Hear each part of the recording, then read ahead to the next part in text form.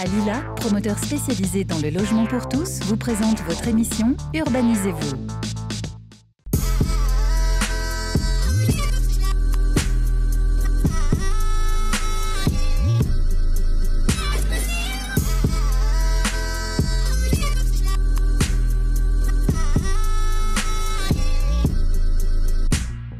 Bonjour et bienvenue à Gerland, un quartier en pleine mutation où les grues sont omniprésentes. L'ambition de la métropole de Lyon est d'attirer ici même 10 000 nouveaux habitants et salariés dans la décennie à venir. Au nord, le quartier des Girondins, situé juste à côté de la station de métro Jean Jaurès, va devenir un nouveau cœur de ville, alors que le sud, autour du stade de Gerland, va accueillir le grand projet de Tony Parker. Comment ce quartier industriel se transforme-t-il et surtout, à quoi va-t-il ressembler? C'est ce que vont nous expliquer nos deux invités. On y va?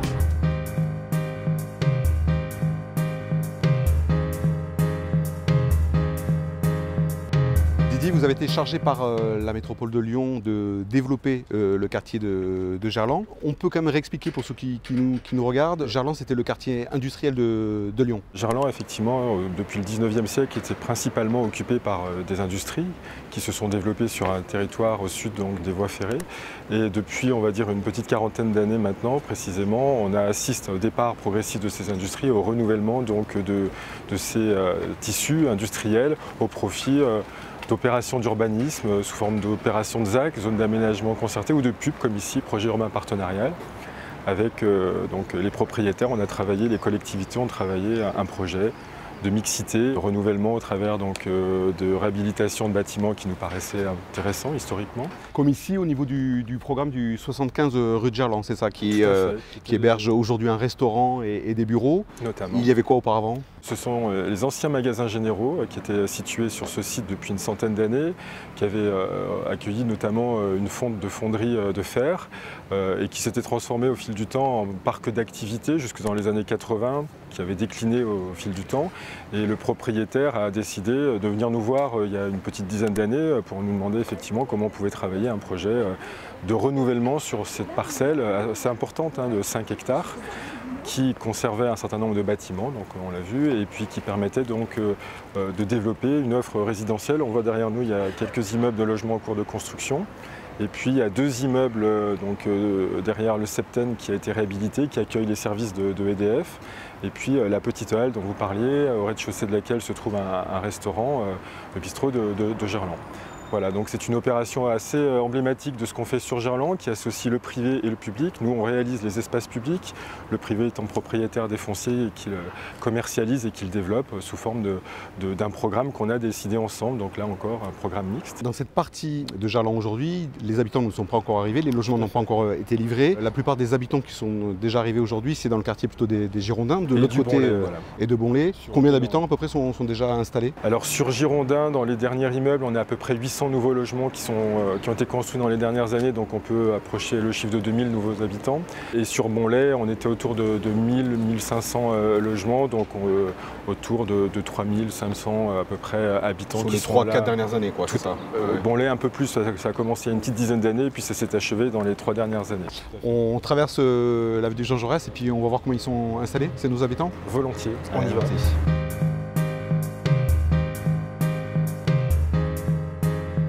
Alors Didier, nous sommes sur l'allée Eugénie-Néboyer. La particularité, alors on voit des immeubles qui se sont construits de chaque côté. Sa particularité, c'est d'être une de ces fameuses 3 allées vertes, dont l'objectif est de traverser du nord au sud tout le quartier de Gerland pour rejoindre le parc de Gerland. Tout à fait. Dans le plan stratégique développé par Alain Marguerite, il y a effectivement 3 allées. On est sur la principale, celle qui est la plus centrale, et qui part du parc de Gerland et qui va permettre d'irriguer l'ensemble du territoire. Et là, on est quasiment au terme de cette allée, puisqu'on est au plus au nord. Il y a encore une petite séquence à réaliser, notamment dans l'opération qui est derrière nous, future opération liée à l'arrivée de l'école de management de Lyon et à l'arrivée d'un nouveau collège. Donc les aménagements ici ont été pensés en collaboration, m'a-t-on dit, avec les habitants? Tout à fait. On a réalisé plusieurs séquences entre guillemets, de concertation avec les habitants, ce qui a d'ailleurs permis d'apporter un certain nombre d'équipements qui n'étaient pas initialement prévus par le paysagiste. C'est la société Base qui a travaillé sur ce secteur. Donc tous les agrès là étaient une réponse aux habitants qui trouvaient qu'on avait souvent des réponses pour les enfants les espaces de bas âge pour les enfants ou les ados, mais pas pour les adultes ou les ados. Et donc c'est vrai que ça a permis d'apporter cette réponse. Et on ne le voit pas aujourd'hui parce qu'il n'y a personne sur ces objets, mais la plupart du temps, il y a quand même un certain nombre d'habitants qui s'entraînent ou de gens qui travaillent dans le secteur et qui font quelques exercices dessus. Et là, sinon, là, on est au cœur de la ZAC des Girondins, donc une opération majeure et qui est en pleine activité aujourd'hui. Et comme on le voit, qui a permis effectivement l'arrivée de programmes mixtes à la fois de bureaux, à la fois de logements. Là, on est sur une EHPAD qui accueille des personnes malvoyantes. Donc on est sur une opération d'envergure, puisqu'elle fait à peu près 2900 logements, qu'elle accueillera à terme plus de 65 000 m² de bureaux. Et puis toute une part importante de commerce, puisqu'elle possédera une rue commerçante qu'on va voir, je crois, juste après, qui est une rue vraiment qui a comme fonction d'être le centre nord de Gerland pour essayer d'apporter toute l'attractivité dans ce secteur de Gerland à la sortie de la station de métro place Jean Jaurès. Donc ici, nous nous trouvons sur la fameuse rue des Girondins, qui va rejoindre face à nous le métro Jean Jaurès, derrière nous les Berges du Rhône, une rue donc qui va rejoindre ces deux spots. Tout à fait, donc là c'est vraiment la rue principale au nord de Gerland, l'accès ouest qui manquait et au croisement donc, de l'avenue Jean Jaurès. Donc on va retrouver les conditions du Cardo et du Découmanous qui vont permettre effectivement l'atterrissage des rez-de-chaussée commerciaux de part et d'autre de cette voie. C'est ça, de deux côtés, on aura des commerces qui sont en pied d'immeuble. En pied d'immeuble, c'est ça. Voilà, avec des commerces de proximité qui manquent sur Gerland, notamment au nord de Gerland. Et donc cette rue qui va être mise en service progressivement et qui devra un jour aboutir jusqu'à Confluence par un pont, pour l'instant qu'on appelle pont des Girondins. C'est son nom qui sera donc au bout de la rue et qui permettra d'aller facilement à la Confluence. Confluence et qui aboutira vers le parvis, je crois, François Mitterrand. C'est à peu près le lieu d'arrivée. Donc en voiture et en bus. Didier, merci pour cette visite pleine de précisions. Avec plaisir. Quant à nous, on va maintenant se diriger vers la mission Gerland où nous attend notre second invité.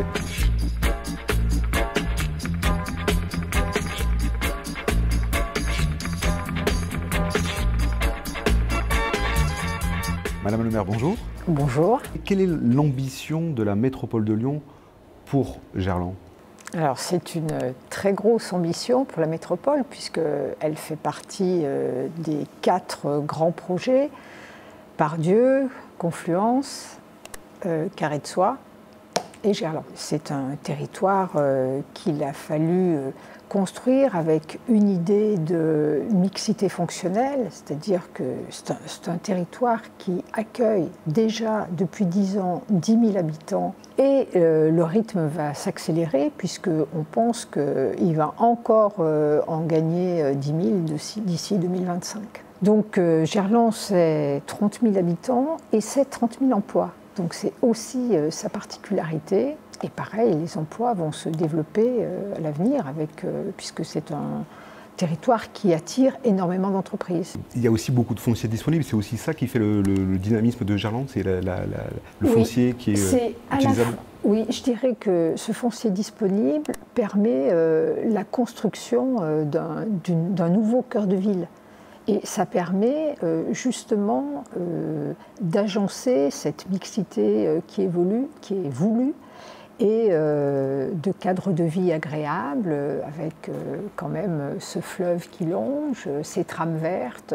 On parle de 140 millions, je crois, d'euros d'investissement de la métropole, essentiellement, et de la ville de Lyon. À quoi, sur la ZAC des Girondins, à quoi va servir cet argent? Il y a évidemment les services publics, puisqu'on a une école, grosse école primaire et maternelle, 18 classes. La métropole va construire un collège, 700 élèves.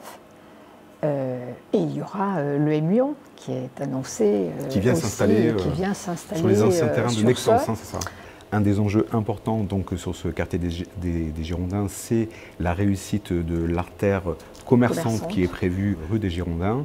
Comment vous allez vous y prendre? Je dirais que c'est le défi de cette ZAC des Girondins qui a été tout à fait pensé, élaboré, parce que l'idée, c'est quoi? C'est de mettre ces commerces d'abord le long de l'axe des Girondins pour qu'il soit le plus visible possible. Ce sera l'artère commerçante du quartier, ce sera la rue des Girondins, c'est ça? Ce sera l'artère commerçante du quartier.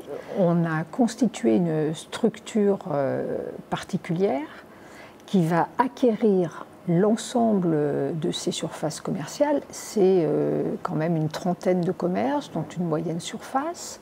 Cette structure-là va s'occuper de gérer ces espaces pour qu'on ait des commerces qui soient adaptés à la demande. Alors le quartier de Gerland, ce n'est pas uniquement l'avenue Jean Jaurès, c'est aussi le sud, au niveau de l'avenue Tony Garnier. Un habitant a justement une question à vous poser, on l'écoute.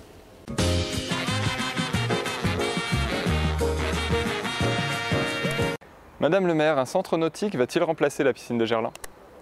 On rappelle qu'il y a une incertitude entre la rénovation de la piscine de Gerland actuelle, qui est classée et un peu vieillotte, et la construction d'un nouveau bassin qui a été évoqué.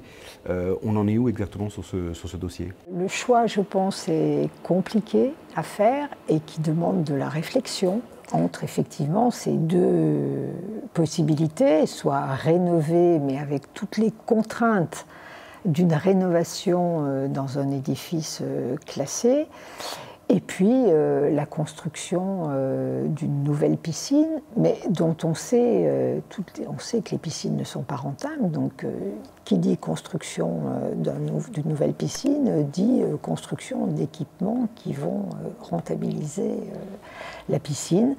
Le maire, sur question de l'opposition au conseil municipal, a annoncé une décision avant la fin de l'été. Donc je suppose qu'en septembre, l'arbitrage sera rendu entre ces deux possibilités.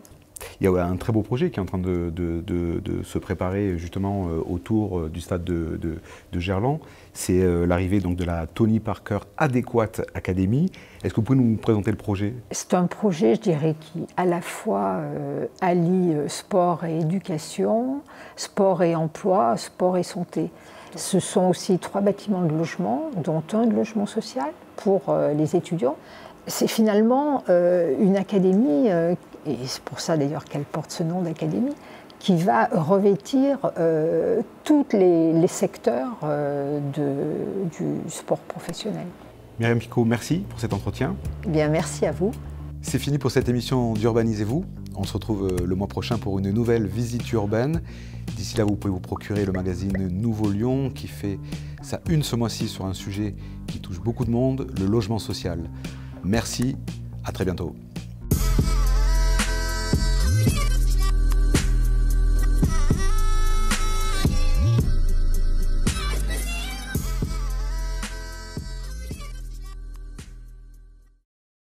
Alila, promoteur spécialisé dans le logement pour tous, vous a présenté votre émission Urbanisez-vous.